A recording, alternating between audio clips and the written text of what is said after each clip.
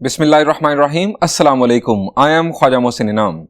Students, इस lecture में हम सीखेंगे कि एलिमेंट्री रो ऑपरेशंस और एलिमेंट्री कॉलम ऑपरेशंस क्या होते हैं और फिर इन ऑपरेशंस की बुनियाद पर हम किसी मैट्रिक्स का इन्वर्स फाइंड आउट करना सीखेंगे।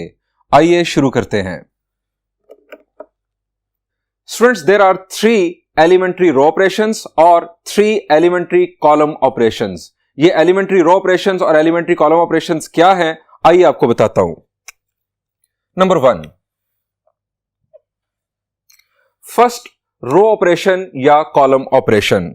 We can interchange any 2 rows और एनी 2 कॉलम्स। हम लिखेंगे इंटरचेंजिंग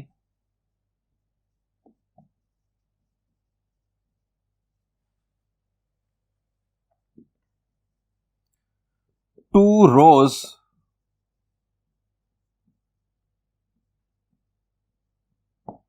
कॉलम्स। आप किसी मैट्रिक्स की कोई सी 2 रोज या कोई से 2 कॉलम्स को आपस में इंटरचेंज कर सकते हैं। यहां पर वो डिटर्मिनेंट वाला मामला नहीं होगा कि आप डिटर्मिनेंट में आपको याद होगा कि जब कोई सी 2 रोज या कोई से 2 कॉलम्स इंटरचेंज करते हैं तो एक माइनस साइन बाहर आ जाता है। यहां पर ऐसा नहीं होगा। यहां पर आप ये काम डायरेक्टली परफॉर्म कर सकते हैं। Number 2,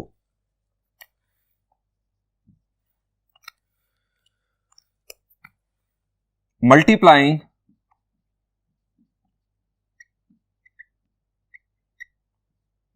or dividing a row or column by a non-zero number। आप किसी रो को किसी नॉन जीरो नंबर से मल्टीप्लाई भी कर सकते हैं और डिवाइड भी कर सकते हैं। इसी तरह किसी कॉलम को किसी नॉन जीरो नंबर से मल्टीप्लाई या डिवाइड कर सकते हैं। नंबर 3,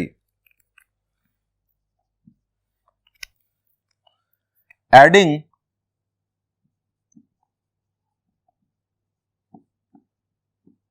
subtracting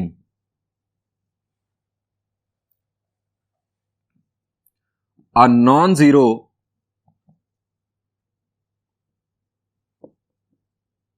multiple of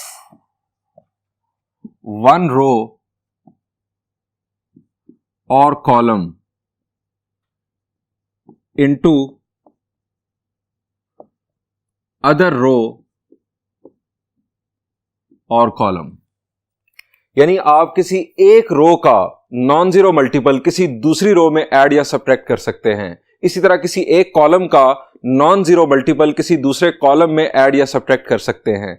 आप नहीं कर सकते किसी एक कॉलम का मल्टीपल किसी दूसरी रो में ऐड या सब्ट्रैक्ट। रोज का ताल्लुक रोज के साथ रहेगा, कॉलम्स का ताल्लुक कॉलम्स के साथ रहेगा। स्टूडेंट्स, आप जरा खुद सोचेंगे, अगर हम इन तीनों में से कोई भी एक्शन लें किसी मैट्रिक्स पर, तो जो नया मैट्रिक्स होगा क्या वो पिछले मैट्रिक्स के इक्वल होगा? इक्वल मैट्रिसेस किन्हें कहते हैं? द आंसर इज ऐसे 2 मैट्रिसेस कि जिनका ऑर्डर सेम हो और जिनके कोरेस्पॉन्डिंग एलिमेंट्स भी एग्जैक्टली सेम हो। अब आप जरा गौर करें, अगर आप कोई सी 2 रोज या कोई से 2 कॉलम्स इंटरचेंज कर देंगे तो जो नया मैट्रिक्स होगा वो क्या पिछले मैट्रिक्स के इक्वल होगा? आंसर इज हो भी सकता है और नहीं भी। यानी ये जरूरी नहीं है कि नया बनने वाला मैट्रिक्स पिछले मैट्रिक्स के इक्वल हो। अगर आप किसी मैट्रिक्स की किसी रो को किसी नॉन जीरो नंबर से मल्टीप्लाई या डिवाइड कर देंगे तो नया बनने वाला मैट्रिक्स पिछले मैट्रिक्स के इक्वल कभी नहीं हो सकता, क्योंकि उस रो या उस कॉलम में चेंज आ चुका होगा उस मल्टीप्लीकेशन या डिवीजन की वजह से। इसी तरह जब आप किसी रो का मल्टीपल किसी दूसरी रो में ऐड या सब्ट्रैक्ट कर देंगे तो नया बनने वाला मैट्रिक्स पिछले मैट्रिक्स के इक्वल नहीं होगा। स्टूडेंट्स, किसी भी रो ऑपरेशन या किसी भी कॉलम ऑपरेशन की बुनियाद पर बनने वाला जो नया मैट्रिक्स होगा वो पिछले मैट्रिक्स के इक्विवेलेंट होगा। इक्वल नहीं होगा, इक्विवेलेंट होगा। अगर रो ऑपरेशन की बुनियाद पर आप नया मैट्रिक्स बनाएंगे तो वो मैट्रिक्स रो इक्विवेलेंट कहलाएगा, और अगर कॉलम ऑपरेशन की बुनियाद पर नया मैट्रिक्स बनेगा तो वो मैट्रिक्स कॉलम इक्विवेलेंट कहलाएगा। हम देखते हैं कि रो और कॉलम इक्विवेलेंट मैट्रिक्स की डेफिनेशन।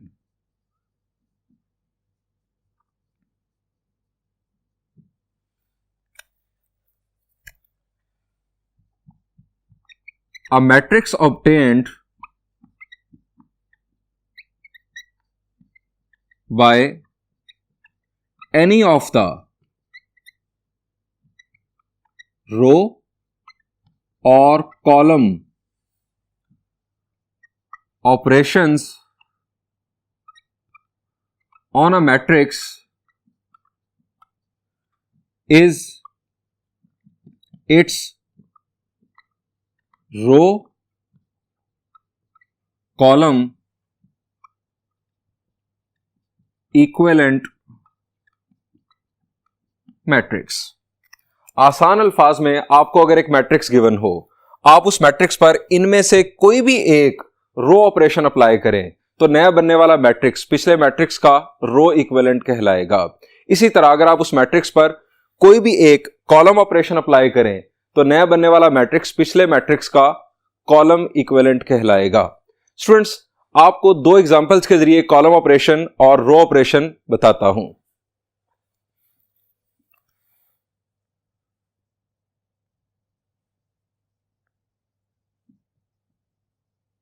कॉलम ऑपरेशंस कंसीडर कर लेते हैं एक 2x2 का मैट्रिक्स।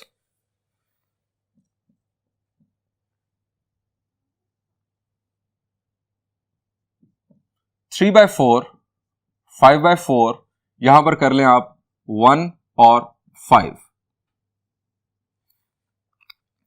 स्टूडेंट्स, हमने कॉलम ऑपरेशंस में देखा कि हम कोई से दो कॉलम्स को इंटरचेंज कर सकते हैं।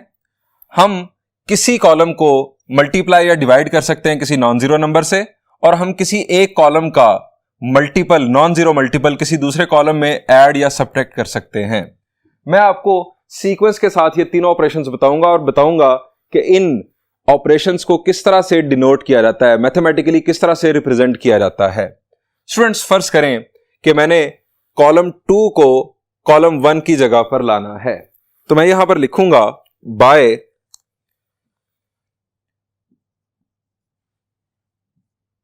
C1 C2। इसका मतलब है कि मैं C1 और C2 को इंटरचेंज करने लगा हूं। अब मैं यहां पर लेफ्ट साइड पर लिखूंगा ये सिंबल इक्विवेलेंट का सिंबल, और इसके ऊपर मैं लिखूंगा C का मतलब है कॉलम इक्विवेलेंट, यानी ये जो बनने जा रहा है मैट्रिक्स, ये पिछले मैट्रिक्स का कॉलम इक्विवेलेंट होगा। 1 5, यहां पर आ गया 3x4 और यहां पर आ गया 5x4। अब स्टूडेंट्स, मैं चाहता हूं कि मैं ये फ्रैक्शंस रिमूव कर दूं, ये डिनोमिनेटर्स खत्म कर दूं, तो मैं कॉलम 2 को किस नंबर से मल्टीप्लाई करूं कि ये फ्रैक्शंस एलिमिनेट हो जाएं? शाबाश जी, मैं 4 से मल्टीप्लाई करूंगा। मैं यहां पर लिखूंगा बाय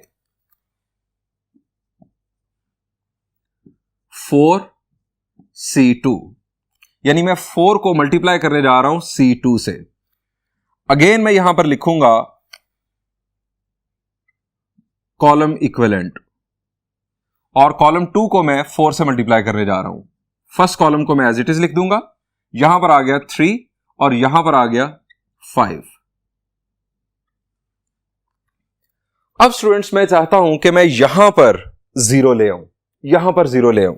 यहां पर 0 लाने के लिए आपके दिमाग में अगर आए कि आप इस कॉलम को 0 से मल्टीप्लाई कर दें, तो यह गलत होगा। आप 0 से मल्टीप्लाई नहीं कर सकते किसी भी रो या किसी भी कॉलम को। मैं किसी कॉलम का स्केलर मल्टीपल किसी दूसरे कॉलम में से सब्ट्रैक्ट या किसी दूसरे कॉलम में ऐड कर सकता हूं। यानी मैं यहां पर कर सकता हूं कि मैं इस कॉलम को 3 से मल्टीप्लाई करूं, यहां पर है 1, 3 से मल्टीप्लाई करूं और इस कॉलम में से सब्ट्रैक्ट कर दूं। इस एक्शन को मैं कुछ इस तरह से लिखूंगा बाय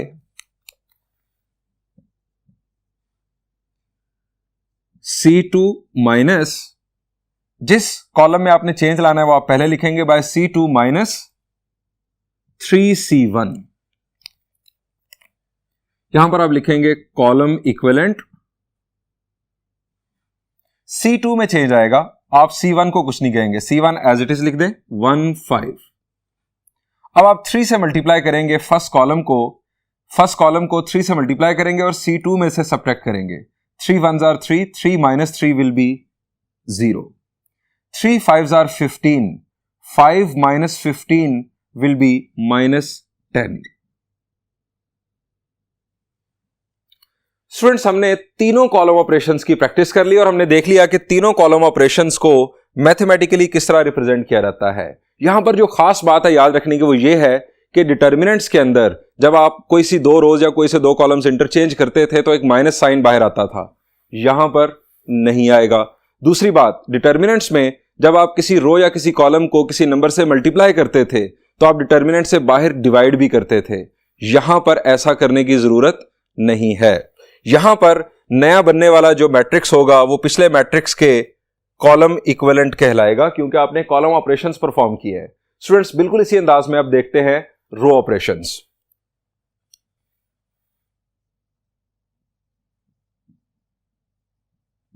रो ऑपरेशंस अगेन एक 2 by 2 का मैट्रिक्स कंसीडर कर लेते हैं। इस दफा मैट्रिक्स का नाम रख लेते हैं बी।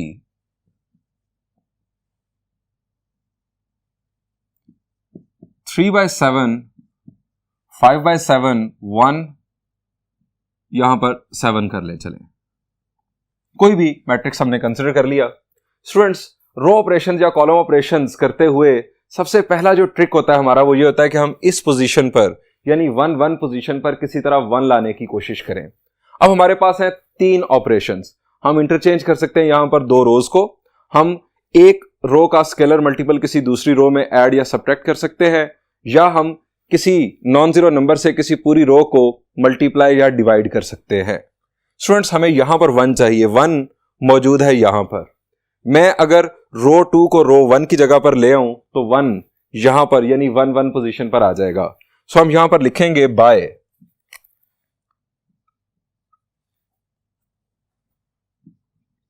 R1 R2। इसका मतलब कि मैं R1 को R2 से इंटरचेंज करने जा रहा हूं। मैं लेफ्ट साइड पर लिखूंगा इस दफा रो इक्विवेलेंट। इक्विवेलेंट का साइन ऊपर R। 1 7, 3 by 7, 5 by 7। अब इन फ्रैक्शंस को, इन डिनोमिनेटर्स को खत्म करने के लिए मैं पूरी रो को 7 से मल्टीप्लाई कर सकता हूं। मैं यहां लिखूंगा बाय 7। R2 को मैंने मल्टीप्लाई करना तो मैं यहां लिखूंगा 7 R2। Row equivalent 1 7 as it is, यानी फर्स्ट रो को आप एज इट इज लिख देंगे। यहां पर आ जाएगा आपके पास 3 और यहां पर आ जाएगा 5।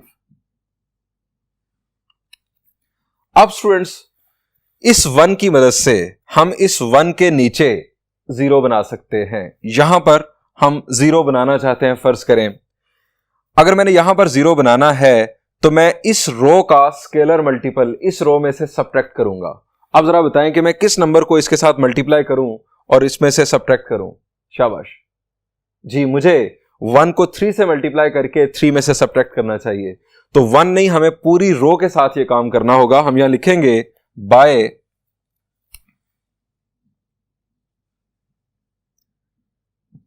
R2 माइनस 3 R1, यानी रो 1 को मैं 3 से मल्टीप्लाई करके रो 2 में से सब्ट्रैक्ट करूंगा तो मुझे यहां पर 0 हासिल हो जाएगा।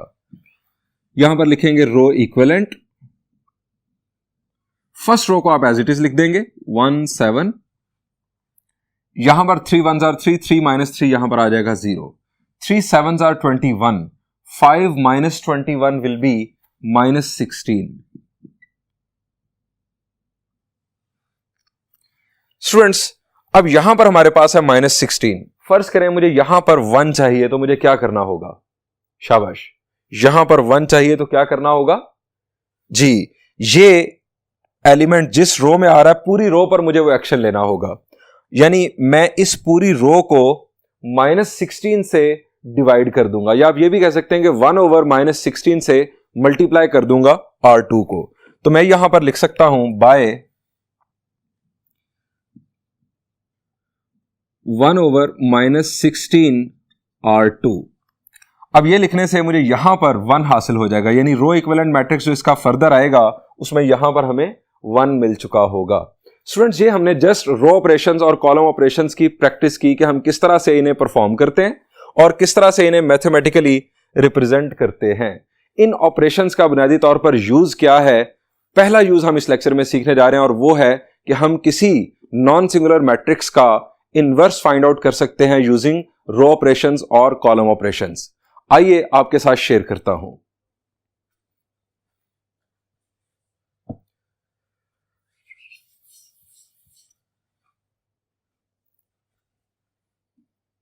स्टूडेंट्स, हम डिस्कस करने जा रहे हैं कि हम रो ऑपरेशंस या कॉलम ऑपरेशंस की मदद से किसी नॉन सिंगुलर मैट्रिक्स का इनवर्स मैट्रिक्स कैसे फाइंड आउट करते हैं। हम कंसीडर करते हैं एक non singular matrix. Let A be a non singular matrix. हम नॉन सिंगुलर मैट्रिक्स क्यों कंसीडर कर रहे हैं? द आंसर इज कि सिर्फ और सिर्फ नॉन सिंगुलर मैट्रिसेस का इनवर्स मैट्रिक्स फाइंड आउट किया जा सकता है। नॉन सिंगुलर मैट्रिक्स एक ऐसा मैट्रिक्स जिसका डिटर्मिनेंट नॉन जीरो हो। Let A be a non singular matrix if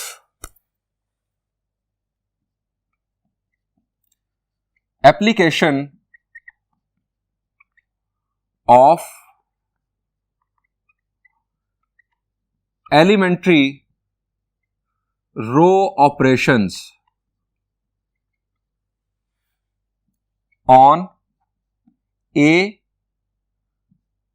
combined with identity matrix।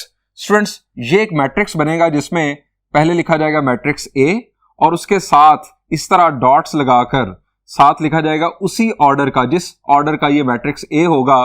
फर्ज करें अगर ये 2x2 ऑर्डर का होगा तो 2x2 का आइडेंटिटी मैट्रिक्स इसके साथ ज्वाइन किया जाएगा।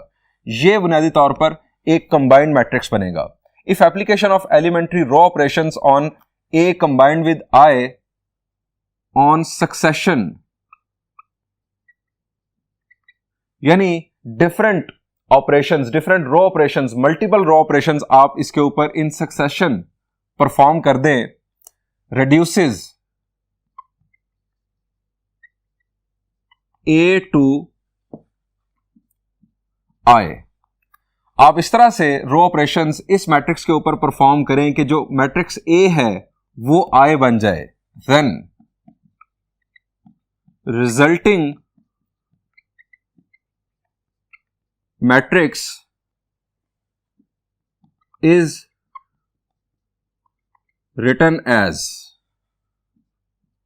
आई combined with A inverse.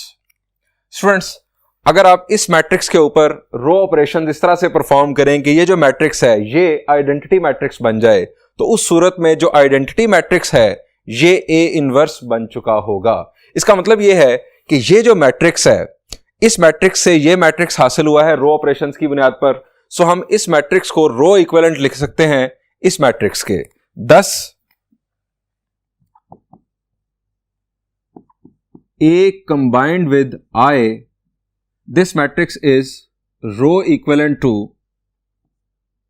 I combined with A inverse, क्योंकि इस मैट्रिक्स से ये मैट्रिक्स रो ऑपरेशंस की बुनियाद पर हासिल हुआ होगा। स्टूडेंट्स, इसी स्टोरी को हम कॉलम ऑपरेशंस की बुनियाद पर भी लिख सकते हैं। Let A be a non singular matrix if application of elementary column operations. अब मैं रेड कलर में लिखूंगा ताकि आपको चेंज पता चल जाए। एलिमेंट्री कॉलम ऑपरेशंस ऑन, अब इस दफा जो है वो आप राइट साइड पर आइडेंटिटी मैट्रिक्स को ज्वाइन नहीं करेंगे, आप मैट्रिक्स ए के नीचे आइडेंटिटी मैट्रिक्स लिखेंगे।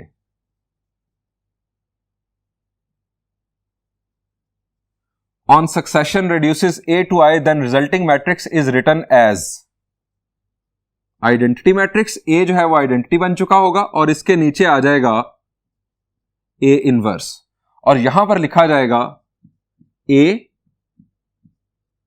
इसके नीचे identity matrix, column equivalent identity matrix और इसके नीचे ज्वाइंट होगा ए इनवर्स। यानी कॉलम ऑपरेशंस की मदद से भी हम किसी मैट्रिक्स का इनवर्स मैट्रिक्स मालूम कर सकते हैं। स्टूडेंट्स, एक सिंपल 1 by 1 मैट्रिक्स की मदद से आपको यह स्टोरी समझाता हूं। फर्ज करें एग्जाम्पल,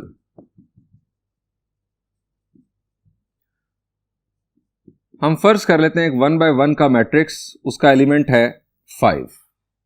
हमने इसका इन्वर्स मैट्रिक्स मालूम करना है यूजिंग रो ऑपरेशंस। स्टूडेंट्स, इस मैट्रिक्स का आइडेंटिटी मैट्रिक्स क्या है? ये 1 by 1 का मैट्रिक्स, इसका आइडेंटिटी मैट्रिक्स क्या है? शाबाश जी, जिसमें सिर्फ और सिर्फ 1 होगा। इसके आइडेंटिटी मैट्रिक्स को इसके साथ कंबाइन कर दें कुछ इस तरह से।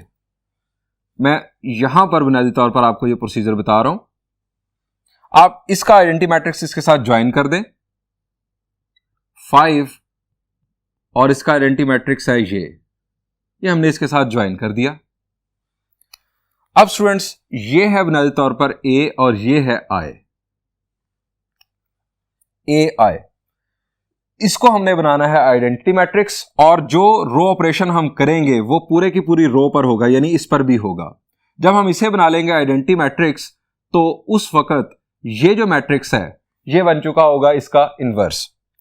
अब इसका आइडेंटिटी मैट्रिक्स है 1, यहां पर 1 लाने के लिए हम क्या करें? शाबाश, हम 1/5 से इसको मल्टीप्लाई कर दें। हमें सिर्फ और सिर्फ इसको नहीं, पूरी रो को मल्टीप्लाई करना होगा। हम यहां पर लिखेंगे रो इक्विवेलेंट 1/5 से जब हम इसे मल्टीप्लाई करेंगे, यहां पर आ जाएगा 1, यहां पर आ जाएगा 1/5। आप यहां लिखेंगे बाय 1/5 R। यहां पर R1, R2, R3 लिखने की जरूरत नहीं, क्योंकि यहां पर एक ही रो है। अब स्टूडेंट्स, ये आ चुका है आइडेंटिटी, और जिस वक्त ये आइडेंटिटी बन चुका है तो ये है A इनवर्स। आप यहां लिखेंगे so A inverse is equal to this matrix. ये है सिंपल सा, लॉजिकल सा ये प्रोसीजर। अब स्टूडेंट्स, मैं एक 2 by 2 मैट्रिक्स का इनवर्स आपको फाइंड आउट करवाता हूं using row operations as well as column operations. एक मैट्रिक्स कंसिडर कर लेते हैं A 2 4 6 8। पहले चेक कर लें कि क्या ये सिंगुलर मैट्रिक्स तो नहीं है। 8 2s are 16 minus 6 4s are 24। 16 minus 24 is -8। Determinant non zero, इसका मतलब है ये नॉन सिंगुलर मैट्रिक्स है। इसका इनवर्स मैट्रिक्स फाइंड आउट किया जा सकता है। हम पहले इसका इनवर्स फाइंड आउट करेंगे यूजिंग रो ऑपरेशंस। हम यहां लिखेंगे अपेंडिंग, या आप लिख सकते हैं ज्वाइनिंग। ये 2 by 2 ऑर्डर का मैट्रिक्स है। I2 on right side of A। अब ये किस तरह से होगा? 2 4 6 8, आप इसको एज इट इज लिख दें। I2 क्या होता है? Identity matrix of order 2। शाबाश, इट इज 1 0 0 1। स्टूडेंट्स, याद रखिएगा, ये है हमारे पास A और ये है I। हमने इस मैट्रिक्स को बनाना है आइडेंटिटी मैट्रिक्स। जिस वक्त ये आइडेंटिटी मैट्रिक्स बन चुका होगा यूजिंग रो ऑपरेशंस, उस वक्त इस जगह पर, जिस जगह पर अभी I है, इस जगह पर इस मैट्रिक्स का इनवर्स मैट्रिक्स आ चुका होगा। अब जरा मुझे बताएं कि मुझे यहां पर 1 लाना है। चूंकि आइडेंटिटी मैट्रिक्स में यहां पर होता है 1, यहां पर 1 लाने के लिए मैं क्या करूं? कौन सा रो ऑपरेशन करूं? शाबाश, हमारे पास 3 ऑप्शंस हैं। हम इंटरचेंज कर सकते हैं रोज को, हम किसी नंबर से, किसी नॉन जीरो नंबर से किसी रो को मल्टीप्लाई या डिवाइड कर सकते हैं।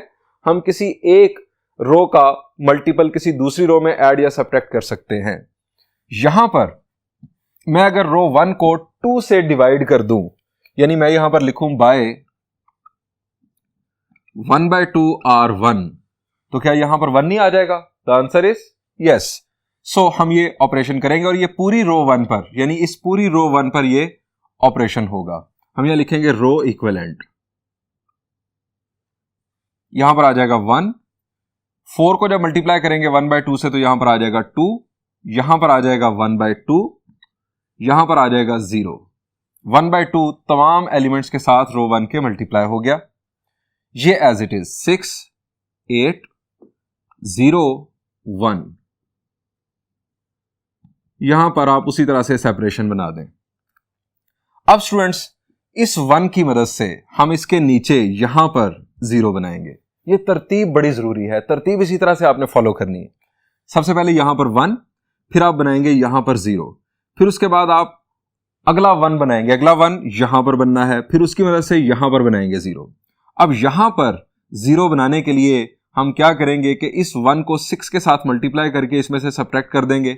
अब ये 1 है रो 1 के अंदर, हम यहां लिखेंगे बाय R2, रो 2 में हमने चेंज लाना है, बाय R2 माइनस 6R1, यानी R1 को 6 के साथ मल्टीप्लाई करके R2 में से सब्ट्रैक्ट कर दें। हमारा मकसद यहां पर 0 लाना है, बाकी जो भी चेंज आता है आ जाए, हमें उससे फर्क नहीं पड़ता। हम यहां लिखेंगे रो इक्विवेलेंट 1 2 1/2 0। फर्स्ट रो को आपने एज इट इज लिख दिया। 6 1s are 6, 6 minus 6 is 0, 6 2s are 12, 8 minus 12 will be -4। अब 6 को इसके साथ मल्टीप्लाई करेंगे 1/2 के साथ, तो 6 into 1/2 it will be 3, 0 minus 3 will be -3। 6 6 के साथ मल्टीप्लाई होगा, 6 into 0 will be 0, 1 minus 0 will be 1। ये सेपरेशन अगेन। स्टूडेंट्स, अब हम नेक्स्ट 1 बनाएंगे। इस 1 के नीचे हमने 0 बना लिया, अब हम नेक्स्ट 1 बनाएंगे यहां पर।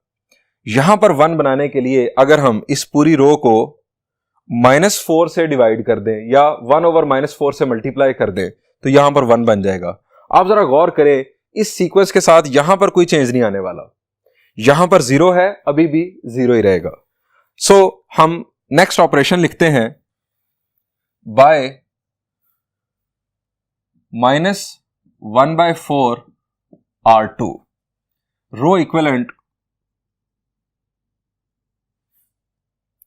1 2 1/2 0। First row as it is copy कर दी, यहां पर 0, -1/4 0 के साथ मल्टीप्लाई होगा, कोई फर्क नहीं पड़ता, -1/4 -4 के साथ मल्टीप्लाई हुआ तो यहां पर आ गया 1, यहां पर आ जाएगा स्टूडेंट्स 3/4 और यहां पर -1/4। पूरी रो के साथ हमने -1/4 मल्टीप्लाई कर दिया। अब स्टूडेंट्स हमें यहां पर 0 चाहिए, यह सेपरेशन दोबारा बना दें, यहां पर 0 चाहिए। यहां पर 0 लाने के लिए इस 1 का यूज करना है। यह तरतीब आपने, मैं बार बार कह रहा हूं, याद रखनी है। सबसे पहले यहां पर 1 बनाया, फिर इस 1 की मदद से यहां पर 0, फिर अगला 1 बनाया, फिर उस 1 की मदद से उस कॉलम में 0 बनाने हैं। अब यहां पर 0 बनाना है। हम इसको 2 के साथ अगर मल्टीप्लाई करें और उसमें से सब्ट्रैक्ट कर दें तो यहां पर आ जाएगा 0। हम यहां लिखेंगे बाय R1 में चेंज आना है, -2R2। इस रो को 2 से मल्टीप्लाई करके उसमें से सब्ट्रैक्ट कर देंगे। आप जरा देखिएगा कि जो आप पहले काम कर चुके हैं उसमें कोई चेंज नहीं आएगा, यानी यहां पर 1 है तो 1 ही रहेगा, यहां पर 0 है तो 0 ही रहेगा। रो इक्विवेलेंट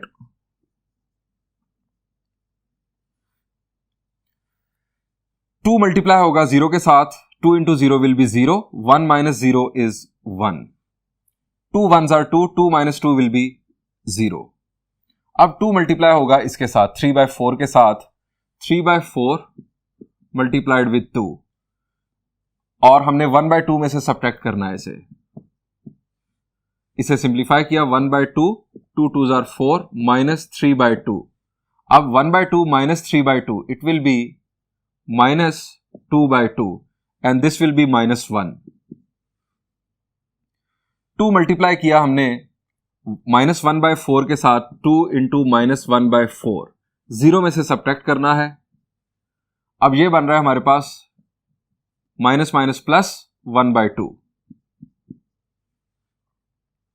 0 1, 3/4 -1/4। ये हमारी सेपरेशन। स्टूडेंट्स, यहां पर हमारे पास आ चुका है आइडेंटिटी मैट्रिक्स। इसका मतलब है कि ये जो मैट्रिक्स है ये अब मैट्रिक्स ए का इनवर्स मैट्रिक्स है।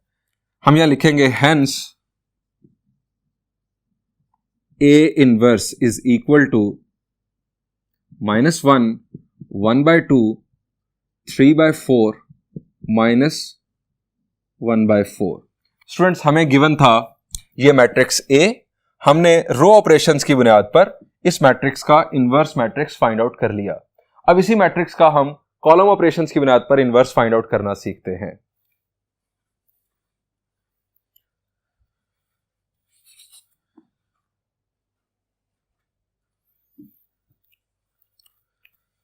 स्टूडेंट्स, कॉलम ऑपरेशंस की बुनियाद पर जब हमने काम करना है तो हम इस मैट्रिक्स के नीचे इसी ऑर्डर का आइडेंटिटी मैट्रिक्स ज्वाइन करेंगे।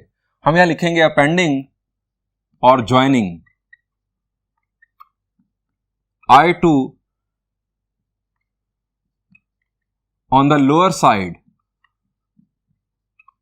of A। अब ये किस तरह से होगा? 2 4 6 8, यहां पर सेपरेशन और यहां पर 1 0 0 1। स्टूडेंट्स, ये हमारे पास बन गया एक कंबाइंड मैट्रिक्स। अब सबसे पहले हमने यहां पर 1 बनाना है। अब हमने कॉलम्स को ध्यान में रखना है, अब कॉलम ऑपरेशंस करने। यहां पर 1 बनाने के लिए मैं कॉलम 1 को 2 से डिवाइड कर सकता हूं। मैं यहां पर लिखूंगा बाय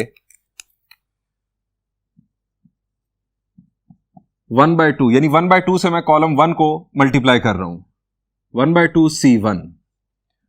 यहां पर मैं लिखूंगा कॉलम इक्विवेलेंट। यहां पर आ जाएगा 1, यहां पर आ जाएगा 3, यहां पर 1/2, यहां पर 0। तमाम एलिमेंट्स को मैंने 1/2 से मल्टीप्लाई कर दिया। इस 3 को थोड़ा सा ऊपर करके लिख लेते हैं ताकि फासला एक जैसा रहे। यहां पर 4 8 0 और 1 as it is. Students, row operations करते हुए हम जब 1 बनाते हैं तो फिर उस 1 वाले कॉलम में उसकी मदद से जीरोस बनाते हैं।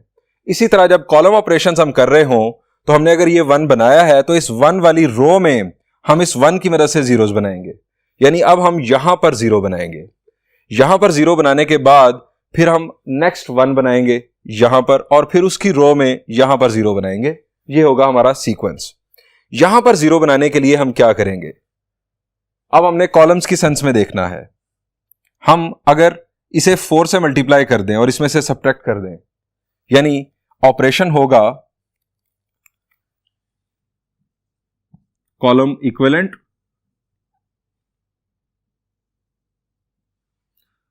यहां मैं लिख रहा हूं operation bye C2 minus 4C1, यानी कॉलम 1 को आप 4 से मल्टीप्लाई करके कॉलम 2 में से सब्ट्रैक्ट कर देंगे। कॉलम 1 एज इट इज लिखा जाएगा 1 3 1 3 1/2 और 0। 4 से मल्टीप्लाई किया, 4 1s are 4, 4 minus 4 will be 0, 4 3s are 12, 8 minus 12 will be -4। 4 multiply किया 1/2 के साथ तो ये आ जाएगा 2। 4 जब मल्टीप्लाई होगा 1/2 के साथ तो हमें मिलेगा 2। 0 minus 2 will be -2। 4 into 0 is 0, यहां पर आ जाएगा 1। ये हमें इस मैट्रिक्स का कॉलम इक्विवेलेंट मिल गया इस ऑपरेशन की बुनियाद पर। अब स्टूडेंट्स, हमें यहां पर बनाना है 1। अब यहां 1 बनाने के लिए हम इस कॉलम को -1/4 से मल्टीप्लाई कर देते हैं। हम यहां लिखेंगे बाय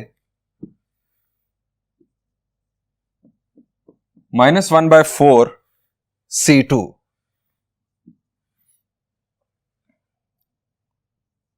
कॉलम इक्विवेलेंट, पहला कॉलम एज इट इज 1 3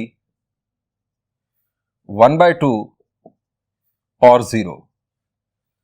यहां पर स्टूडेंट 0 ही रहेगा। यहां पर आ जाएगा 1। -2 को जब हम मल्टीप्लाई करेंगे -1/4 के साथ, माइनस माइनस प्लस, ये आ जाएगा 1/2 और यहां पर आ जाएगा -1/4।